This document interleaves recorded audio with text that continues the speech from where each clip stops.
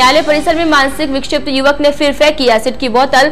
वारदात को अंजाम देकर आज भी रफू चक्कर हुआ युवक।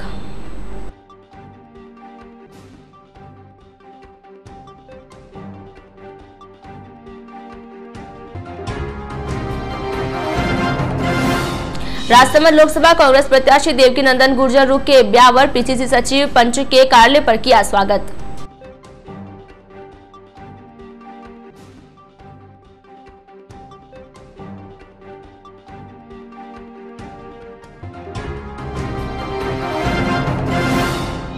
श्री हनुमंतेश्वर हनुमान मंदिर का 3 दिवसीय वार्षिकोत्सव संपन्न। मंदिर परिसर में यज्ञ में यजमानों ने दी आहुतियां।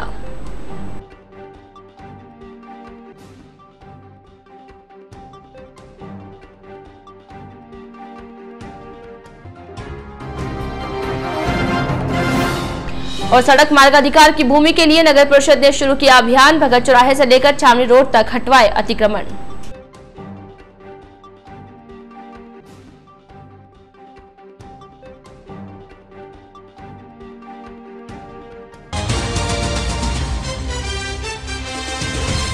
नमस्कार, जे स्काई बुलेटिन में आपका स्वागत है। मैं हूं वर्षा पवार और चलिए बढ़ते हैं खबरों की ओर। शहर के न्यायालय परिसर में बुधवार को एक मानसिक विक्षिप्त युवक की ओर से फेंका गया एसिड बोतल प्रकरण अभी चल ही रहा था कि दूसरे दिन गुरुवार को भी फिर से वह युवक न्यायालय परिसर पहुंचा था। फिर से घटनाक्रम को दोहराकर फरार हो गया।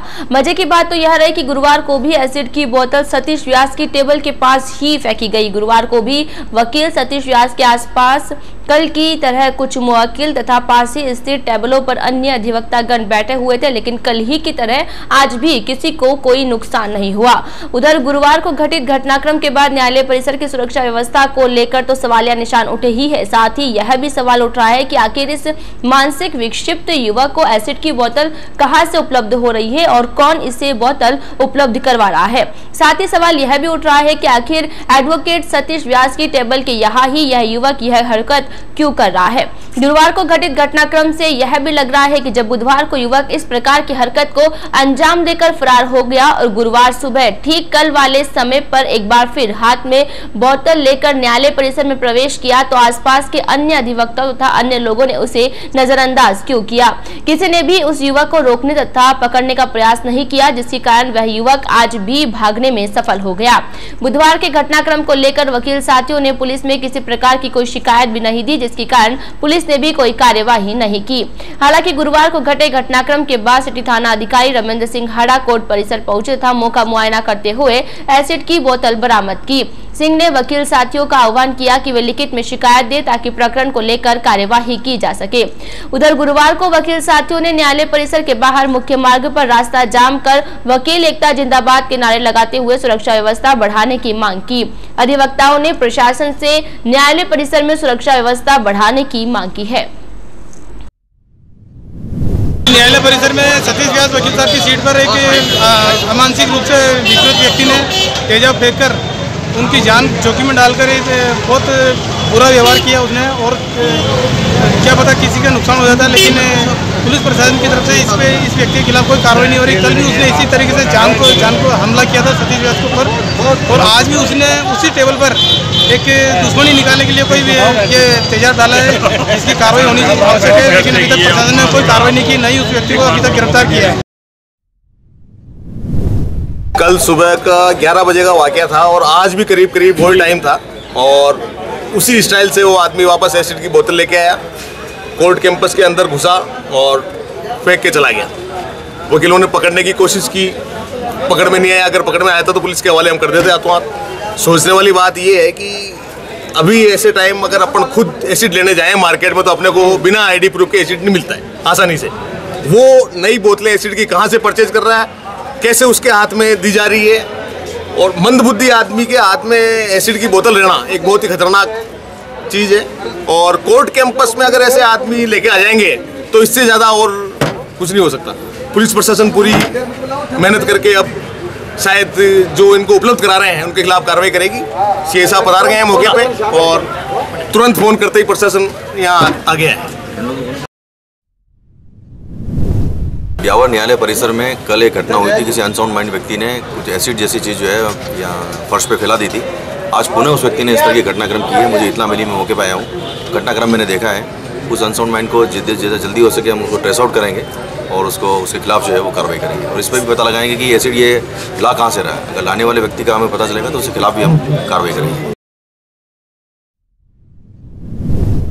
शहर के नवरंग नगर स्थित डॉक्टर हर्षवर्धन भगत के क्लिनिक के बाहर खड़े एक्टिवा स्कूटर में गुरुवार सुबह अचानक आग लग गई। आग लगते ही देखते एक्टिवा स्कूटर धू करके जलने लगी। आग लगने की जानकारी मिलते ही आसपास के क्षेत्र में अफरा तफरी मच गई तथा चिकित्सक भगत भी सख्ते में आ गए। चिकित्सक भगत ने तुरंत अग्निशमन विभाग को जरिए दूरभाष आग लगने की जानकारी दी। सूचना मिलते ही दमकल की गाड़ी मौके पर पहुंची तथा स्कूटर में लगी आग पर काबू पाया।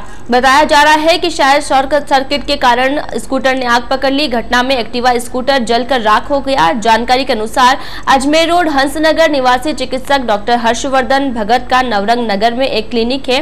हर रोज की भांति डॉक्टर भगत गुरुवार 9 बजे करीब अपने क्लिनिक पर पहुंचे तथा मरीजों को देखने लगे। बताया जा रहा है इस दौरान उनके क्लिनिक के बाहर खड़े एक्टिवा स्कूटर में अचानक आग लग गई, जिसके बाद स्कूटर धू कर जलने लगा। आग की घटना में अन्य किसी प्रकार की किसी भी हानि के समाचार नहीं है। उन्हीं पेशेंट देखने आया था तो स्कूटर बाहर खड़ा किया और अंदर गया। पेशेंट को एक्सरसाइज के लिए स्टार्ट किया तो अजीब सी स्मेल आई। बाहर आया तो भाभी ने पूछा मेरे को क्या हुआ, कि मैंने कहा वायर जल रहा दिखता है कुछ। यहाँ आया तो वो स्कूटर में आग लगी हुई थी। फायर ब्रिगेड 10 मिनट बाद आई। राजसमंद लोकसभा क्षेत्र में भारतीय राष्ट्रीय कांग्रेस पार्टी के प्रत्याशी देवकी नंदन गुर्जर गुरुवार सुबह उदयपुर से जयपुर जाते समय कुछ देर के लिए ब्यावर रुके। इस दौरान गुर्जर का उदयपुर रोड केसरपुरा स्थित पीसीसी सचिव पारस पंच के कार्यालय पर कांग्रेसकर्ताओं ने उनका गर्मजोशी से स्वागत किया। इस दौरान उपस्थित कार्यकर्ताओं ने गुर्जर को फूल मालाओं से लाद दिया तथा कांग्रेस पार्टी, राहुल गांधी, अशोक गहलोत तथा सचिन पायलट जिंदाबाद के नारे लगाए। स्वागत के दौरान प्रत्याशी गुर्जर ने हाथ जोड़कर सभी का अभिवादन किया।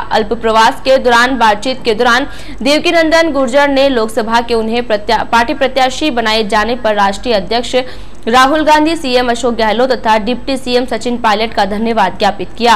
गुर्जर ने कहा कि कांग्रेस पार्टी में हमेशा से पार्टी कार्यकर्ताओं की कदर की जाती रही है और इसी का नतीजा है कि पार्टी ने मेरे जैसे जमीनी कार्यकर्ता पर विश्वास जताया। उन्होंने कहा कि मैं एक किसान का बेटा हूं तथा शुरू से ही कांग्रेस की रीति नीति से जुड़ा रहा हूं और क्षेत्र की जनता का दुख दर्द बखूबी जानता हूं। लोकसभा क्षेत्र से जीत के विषय पर गुर्जर ने कहा कि मुझे मेरे कार्यकर्ताओं, पार्टी पदाधिकारियों तथा क्षेत्र की जनता पर पूरा विश्वास है। उनके विश्वास के बलबूते ही मैं भारी मतों से जीत कराऊंगा। भारतीय जनता पार्टी के उम्मीदवार के बारे में किए गए सवाल पर गुर्जर ने कहा कि भाजपा के पास राजसमंद में कोई जमीनी कार्यकर्ता ही नहीं है, इसलिए पैराशूटी उम्मीदवार पर पार्टी उलझी हुई है। ऐसे में भाजपा की जीत के क्या मायने होंगे साफ दिखाई दे रहा है। थोड़ी देर की बातचीत के दौरान उन्होंने बताया कि वे अभी जयपुर जा रहे हैं। आगामी 6 अप्रैल को वे राजसमंद में अपना नामांकन भरेंगे। इस दौरान प्रदेश के मुख्यमंत्री अशोक गहलोत, डिप्टी सीएम सचिन पायलट, जिले के पदाधिकारी तथा सैकड़ों की संख्या में कांग्रेस के कार्यकर्ता इस दौरान उपस्थित रहेंगे। स्वागत के दौरान पीसीसी सचिव पारस पंच, ब्यावर ब्लॉक कांग्रेस कमेटी अध्यक्ष सोहन मेवाड़ा, जवाजा ब्लॉक कांग्रेस कमेटी अध्यक्ष वीरेंद्र सिंह पंवार, मेघराज बोहरा, बीआर सेन, कल्पना भटनागर, भगवान सिंह करीवाल, दिनेश पायलट, राधिका शर्मा, रामलाल लखन सहित अन्य कार्यकर्ता उपस्थित थे। कांग्रेस पार्टी जिंदाबाद, कांग्रेस पार्टी जिंदाबाद, कांग्रेस पार्टी जिंदाबाद। कैसा हो देवकी नंदन जैसा हो, हमारा नेता कैसा हो देवकी नंदन जैसा हो। शहर के सबसे बड़े सरकारी अस्पताल राजकीय अमृतकोट चिकित्सालय में अज्ञात चोरों ने जनरेटर रूम में चोरी की वारदात को अंजाम देने की जानकारी सामने आई है। चोरों की यह वारदात अस्पताल के साइकिल स्टैंड पर लगे सीसीटीवी कैमरे में कैद हो गई। सीसीटीवी फुटेज से मिली जानकारी के बाद अस्पताल प्रबंधन में अज्ञात चोरों के खिलाफ सिटी थाने में एक शिकायत दर्ज करवाई है। अस्पताल प्रशासन की शिकायत पर सिटी थाना पुलिस ने अज्ञात चोरों के खिलाफ मामला दर्ज कर जाँच व कार्यवाही शुरू कर दी है। उधर जनरेटर रूम इंचार्ज ने अस्पताल प्रशासन को बताया कि चोरी की वारदात में अज्ञात चोर 3 लोहे की एंकलें चुरा ले गए। सीसीटीवी में कैद फुटेज में 2 युवकों द्वारा वारदात को अंजाम देना सामने आया है कि एक युवक जनरेटर रूम के बाहर खड़ा होकर निगरानी कर रहा है और दूसरा युवक रूम के भीतर घुसा हुआ है। फुटेज में यह भी सामने आया कि वारदात के बाद दोनों युवक जनरेटर रूम के पिछवाड़े की दीवार कूदकर चले गए। मालूम हो कि विगत दिनों साइकिल स्टैंड पर आए दिन होने वाली परेशानियों को देखते हुए साइकिल स्टैंड ठेकेदार ऋषि गुजराती ने अस्पताल प्रशासन की सहमति तथा स्वीकृति से स्वयं के खर्चे पर सीसीटीवी कैमरे लगाए थे। ठेकेदार गुजराती की ओर से लगवाए गए कैमरों के सार्थक परिणाम यह रहा कि साइकिल स्टैंड के आसपास घटित होने वाली घटनाएं तो सामने आ ही रही है, साथ ही अस्पताल के अन्य हिस्सों में घटित होने वाली वारदातें भी सामने आ रही है, जिसका सीधा फायदा अस्पताल प्रबंधन को मिल रहा है। सेंद्रा थाना क्षेत्र के चांगबड़ी पोल में एक पालतू श्वान की मौत को लेकर 2 परिवार आपस में भिड़ गए। घटना में श्वान मालिक के पांव में फ्रैक्चर हो गया। घटना के बाद परिजनों ने उसे उपचार के लिए राजकीय अमृतकोर चिकित्सालय में भर्ती करवाया है। उधर घटना के दौरान सेंद्रा थाना पुलिस भी मौके पर पहुंची। पुलिस ने पीड़ित की ओर से दी गई शिकायत के बाद आरोपियों के खिलाफ मामला दर्ज कर जाँच शुरू कर दी है। जानकारी के अनुसार बड़ी पोल चांग निवासी सुल्तान पुत्र मिश्री काठत ने एक श्वान पाल रखा है। बताया जा रहा है कि सुल्तान के पालतू श्वान को उसके रिश्ते के काका हरजी ने मौत के घाट उतार दिया। इस बात को लेकर हरजी तथा सुल्तान के परिवार के बीच अनबन हो गई। घटना के बाद सुल्तान ने अपने काका हरजी के घर पहुंचकर उल्हाना भी दिया था। बताया जा रहा है कि उल्हाने से नाराज हरजी ने बुधवार शाम को समझौते का बहाना बनाते हुए सुल्तान तथा एक अन्य शकूर को घर पर बुलाया था। हरजी के बुलावे पर सुल्तान तथा शकूर उसके घर पर पहुंचे, लेकिन वहां पर पहले से ही तैयारी कर बैठे हरजी तथा परिवार के अन्य सदस्यों ने सुल्तान पर लकड़ियों तथा पत्थरों से हमला कर दिया। हमले में सुल्तान का पैर फ्रैक्चर हो गया। जानकारी के बाद मौके पर पहुंचे सुल्तान के परिजनों ने बीच बचाव किया और सेंद्रा थाना पुलिस को सूचना दी, जिस पर पुलिस मौके पर पहुंची। हमले के बाद परिजनों ने सुल्तान को उपचार के लिए राजकीय अमृतकोर चिकित्सालय लाकर भर्ती करवाया है। हमारे साथ धोखा हुआ है कि हमारा पालतू कुत्ता था, हम इसको छुड़ाने के लिए गए थे। वो आकर हमारे पे हमला कर दिया, पाँव पे लट मार दिया, पत्थर मार दिया। 7-8 जने थे, मंगला, आयुब, यूसुफ, हरजी, असमून, कमरुद्दीन, 4-5 जने सो रहे थे, अजरुद्दीन, सब आके पाँव पे पत्थर मारा, फिर गिरा दिया। फिर वो अपना मार के अपने घर पे भाग गए। फिर उठाने के लिए फिर पुलिस आई, फिर हमारे उठाने के लिए कोई नहीं था। वो घर वाले थे, मेरी बहन में 3 जने गए वहाँ समझाने के लिए। वो आप पत्थर लेके लकड़ी लेके फिर आइए, हमारे को वहीं बहुत मारा, बहुत पीटा। स्टेशन रोड स्थित हनुमंतेश्वर महादेव मंदिर, बालाजी मंदिर की नव स्थापित देव प्रतिमाओं के 3 दिवसीय वार्षिकोत्सव गुरुवार को यज्ञ, महाआरती व प्रसाद वितरण के साथ संपन्न हुआ। इस दौरान मंदिर परिसर में विराजित देव प्रतिमाओं का अभिषेक तथा श्रृंगार किया गया। इस दौरान यज्ञ का आयोजन भी किया गया, जिसमें उपस्थित मंदिर समिति के सदस्यों तथा श्रद्धालुओं ने मंत्रोच्चारण के साथ आहुतियां दी। यज्ञ समाप्ति के पश्चात प्रसन्न गणपति मंदिर के महंत फतेहगिरी महाराज के सानिध्य में महाआरती का आयोजन किया गया, जिसमें बड़ी संख्या में श्रद्धालुओं ने भाग लिया। मंदिर समिति के अध्यक्ष रमेश शर्मा ने बताया कि महाआरती के पश्चात प्रसाद का वितरण किया गया।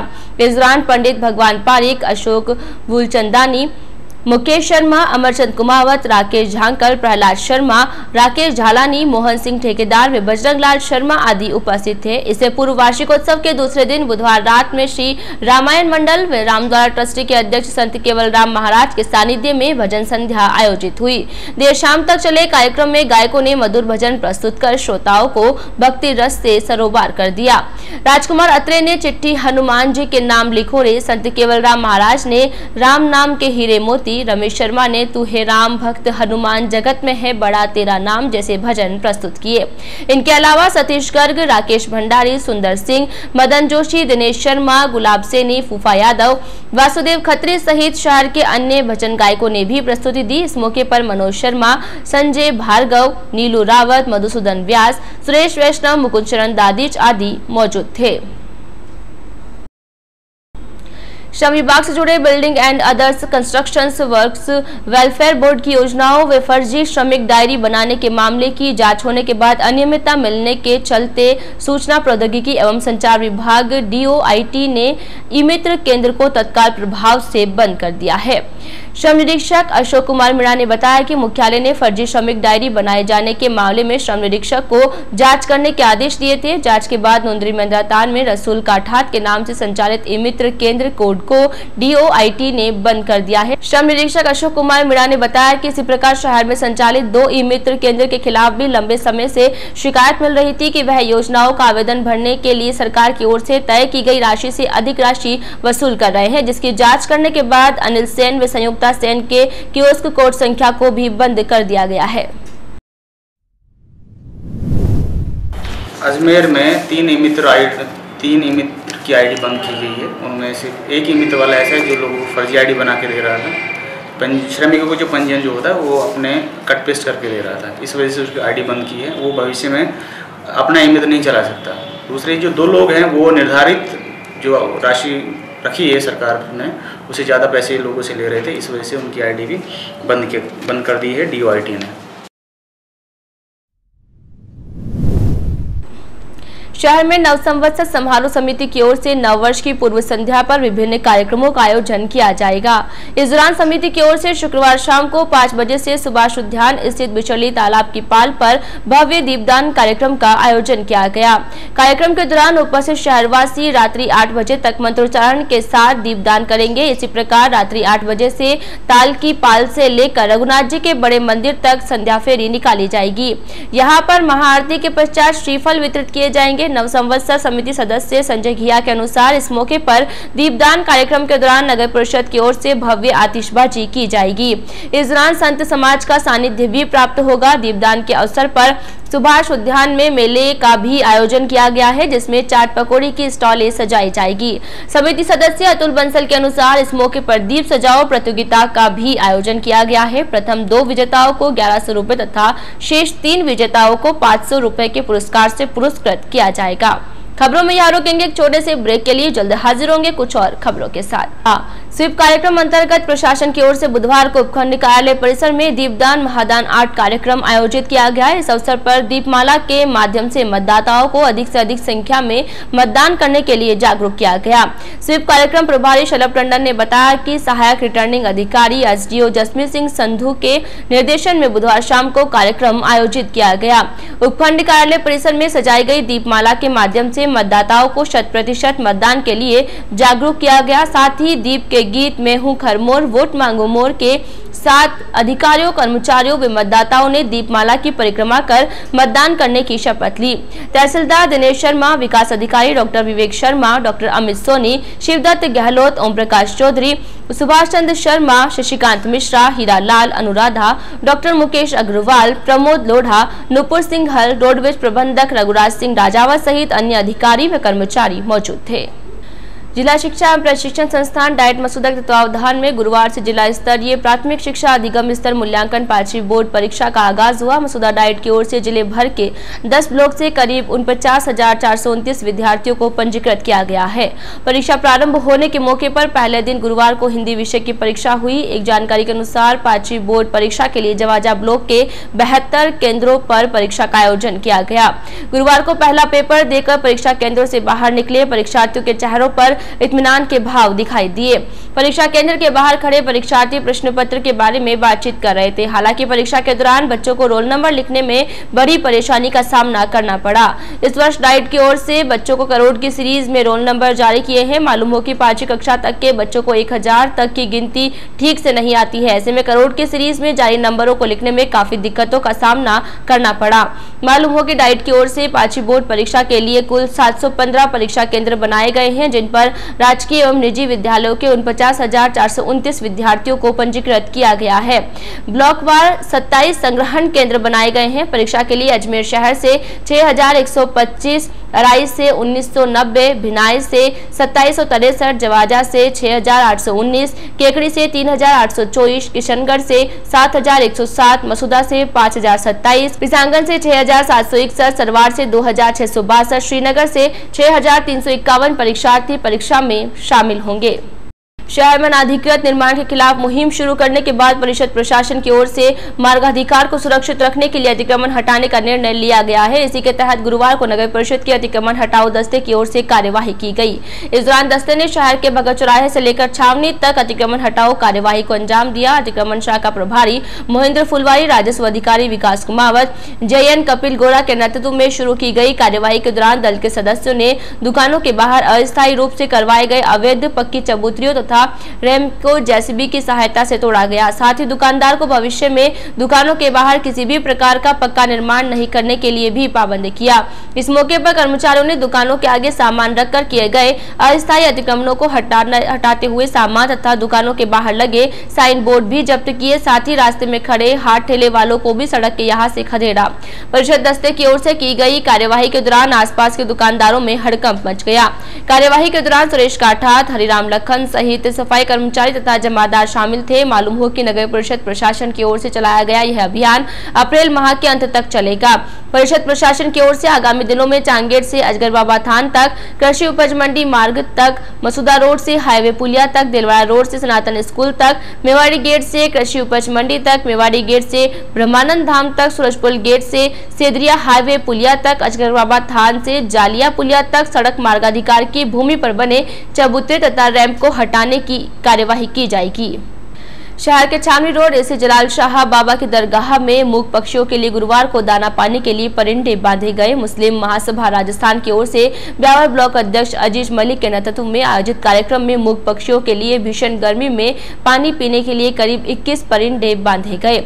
अध्यक्ष मलिक ने बताया कि गर्मियों के मौसम में मूक पक्षियों को अपनी प्यास बुझाने के लिए इधर उधर भटकना पड़ता है। ऐसे में पानी के परिंदे बांधने से पक्षियों को अपनी प्यास बुझाने में मदद मिलेगी। उन्होंने बताया कि पक्षियों की प्यास बुझाने के लिए एक अभियान चलाया जा रहा है, जिसके तहत पहले चरण में जलाल शाह बाबा की दरगाह में पक्षियों के पानी पीने के लिए परिंदे बांधे गए हैं।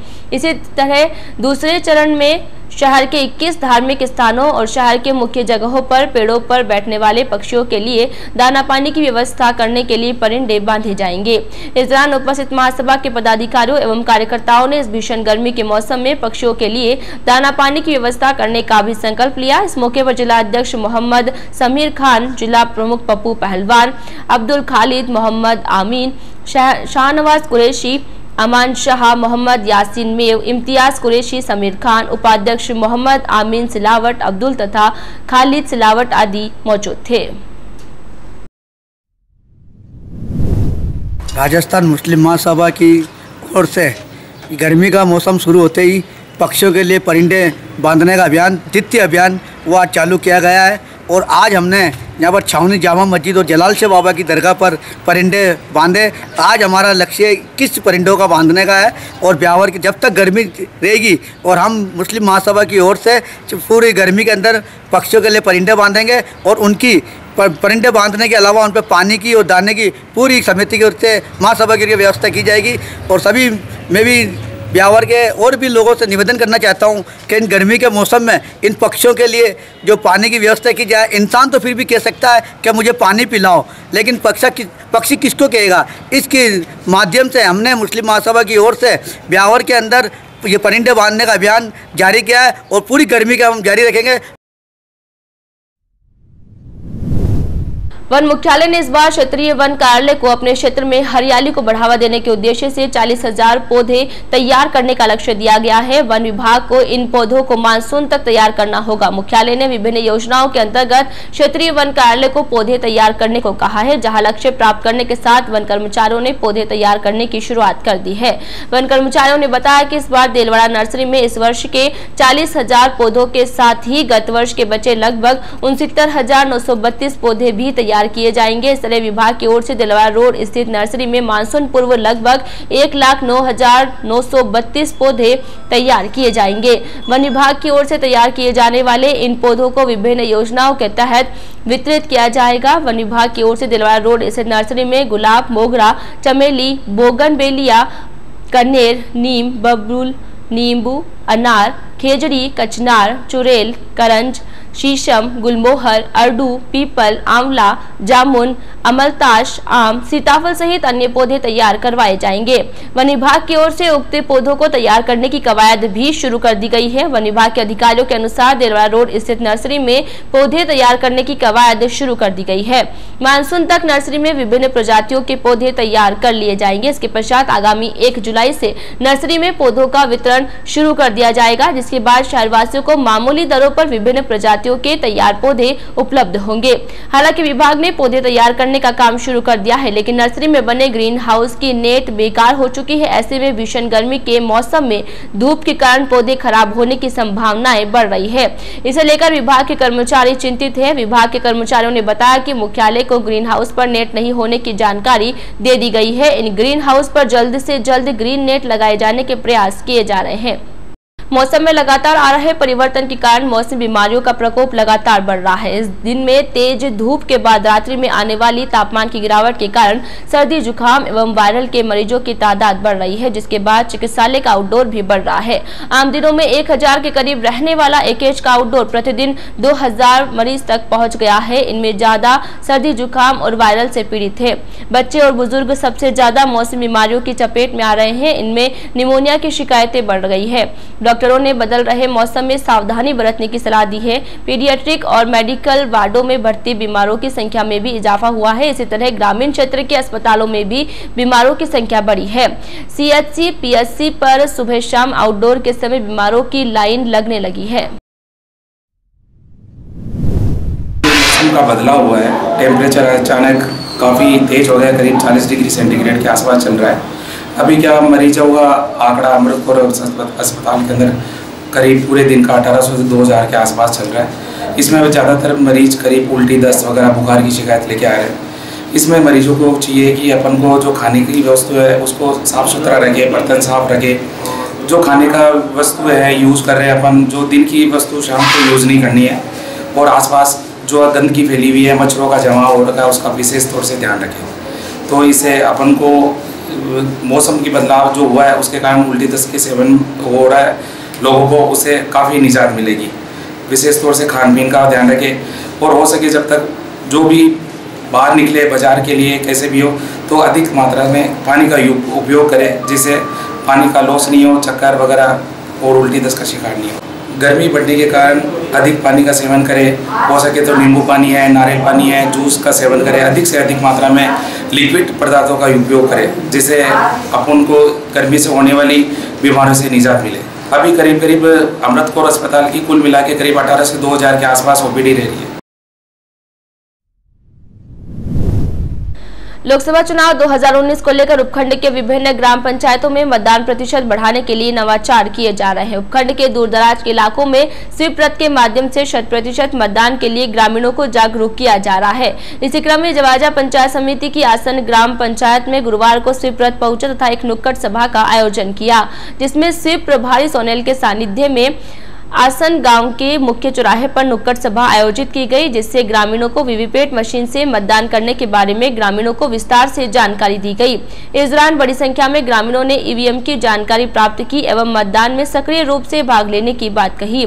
सोनेल ने बताया कि स्वीप कार्य योजना के कार्य में मतदाताओं के पंजीकरण करवाने, टारगेट हासिल करने के लिए जारी गतिविधियों एवं ईवीएम तथा वीवीपैट का व्यापक प्रचार प्रसार एवं अन्य मतदाताओं के साथ विशेष योग्यजन व महिला मतदाताओं की 100% सहभागिता सुनिश्चित करने के उद्देश्य से स्वीप रथ गांव-गांव में भ्रमण कर रहा है। इस दौरान सोनेल ने ग्रामीणों को ईवीएम तथा वीवीपैट मशीन संबंधित जानकारी देते हुए उनकी शंकाओं का भी समाधान किया। कार्यक्रम के दौरान बड़ी संख्या में ग्रामीणों ने वीवीपैट मशीन से मतदान के बारे में जानकारियां प्राप्त की। कार्यक्रम में आंगनबाड़ी कार्यकर्ताओं ने भी भाग लिया। राजकीय उच्च माध्यमिक विद्यालय बलाड़ के छात्र छात्राओं ने स्वीप कार्यक्रम के तहत मानव श्रृंखला बनाकर अधिक से अधिक मतदान करने का संदेश दिया है। स्कूली बच्चों की ओर से बनाई गई मानव श्रृंखला को देखने के लिए बड़ी संख्या में महिला तथा पुरुष विद्यालय में एकत्रित हुए। विद्यालय में उपस्थित ग्रामीणों ने छात्रों के इस प्रयास की भूरी भूरी प्रशंसा की। स्वीप गतिविधियों के दौरान विद्यालय में पोस्टर, वाद विवाद, रंगोली, निबंध और खेलकूद प्रतियोगिताओं का आयोजन रखा गया। कार्यक्रम के अंतिम चरणों में सामूहिक रूप से मतदान का संकल्प लिया गया। नोडल अधिकारी देवकिशन सोनी व मेंटर राजेश कुमार के नेतृत्व में वेद प्रकाश शर्मा, राजाराम मेघवाल, मुकेश शर्मा, मोतीलाल और कविता शर्मा द्वारा किए गए सुंदर कार्यक्रम की संस्था प्रधान पदमचंद जैन ने भी सराहना करते हुए सभी को धन्यवाद देकर आभार व्यक्त किया। स्वीप गतिविधियों के तहत चल रहे विभिन्न कार्यक्रमों के तहत मतदान का संदेश देने में विद्यालय के छात्र छात्राओं में भी मतदान के प्रति उत्साह दिखाई दिया। सिंधी समाज के इष्टदेव झूलेलाल साहब का पर्व चेटीचंड 5 व 6 अप्रैल को धूमधाम और हर्षोल्लास के साथ मनाया जाएगा। चेटीचंड मेला संयोजक दयाल गुरनानी ने बताया कि इस मौके पर शुक्रवार शाम को नंदनगर झूलेलाल मंदिर पूज्य बहेड़ा साहिब का आयोजन होगा, जिसमें पंजरे गाकर झूलेलाल साहिब की स्तुति की जाएगी। उसके बाद सिंधी छेज नृत्य का कार्यक्रम होगा। इस दौरान बहेड़ा साहब की नगर परिक्रमा करवाई जाएगी, जो मंदिर से प्रारंभ होकर चांगतार रोड, चांग गेट, पाली बाजार, एकता सर्किल से होते हुए तेजा चौक स्थित तेजाजी के थान पर संपन्न होगी। मीडिया प्रभारी नरेंद्र जयसवानी ने बताया कि रात्रि 9 बजे से मंदिर परिसर में सांस्कृतिक संध्या होगी, जिसमें रंगारंग सांस्कृतिक प्रस्तुतियां पेश की जाएगी।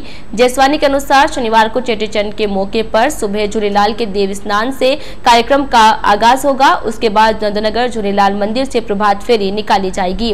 दोपहर में नंदनगर मंदिर पर आम भंडारा होगा। शाम 4 बजे झूलेलाल मंदिर पर बहेड़ा साहिब की सवारी निकाली जाएगी। चेटीचंड मेला सह संयोजक सुंदर वासवानी केशव कंजानी ने बताया कि इस दौरान शाम को कॉलेज रोड कार्तिक ओम सत्यम गार्डन में सिंधियत मेले का आयोजन होगा, जिसमें बच्चों के लिए झूले, सेल्फी जोन, खेलकूद प्रतियोगिता, कुर्सी दौड़, फैंसी ड्रेस प्रतियोगिताओं का आयोजन किया जाएगा। साथ ही खाने पीने के लिए स्वादिष्ट व्यंजनों की स्टॉलें भी रियायती दरों पर लगाई जाएगी। मेले के दौरान रात्रि 8 बजे से खिली खून वधायो सिंधी कवि सम्मेलन होगा, जिसमें बलू चोईथानी और महेश मूलचंदानी अपना काव्य पाठ पेश करेंगे। सिंधी समाज के अध्यक्ष लक्ष्मण गुरनानी, झूलेलाल मंदिर ट्रस्ट अध्यक्ष डॉक्टर HK आनंदानी, सचिव भगवान दरियारी ने सिंधी समाज से अपील की है कि 6 अप्रैल को सभी अपने घरों और दुकान पर दीप प्रज्वलित कर नववर्ष और चेटीचंड का सत्कार करेंगे। साथ ही दोपहर 2 बजे बाद अपनी दुकानें मंगल कर सिंधियत मेले में भाग लेंगे।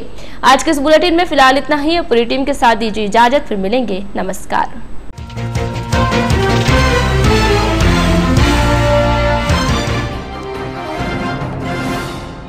न्यायालय परिसर में मानसिक विक्षिप्त युवक ने फिर फेंकी एसिड की बोतल। वारदात को अंजाम देकर आज भी रफू चक्कर हुआ युवक।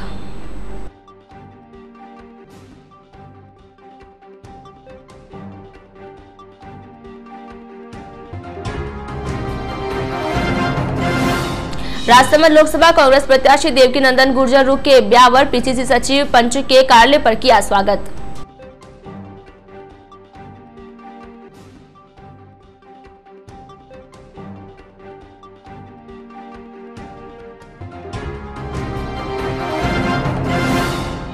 श्री हनुमंतेश्वर हनुमान मंदिर का 3 दिवसीय वार्षिकोत्सव संपन्न। मंदिर परिसर में यज्ञ में यजमानों ने दी आहुतियां।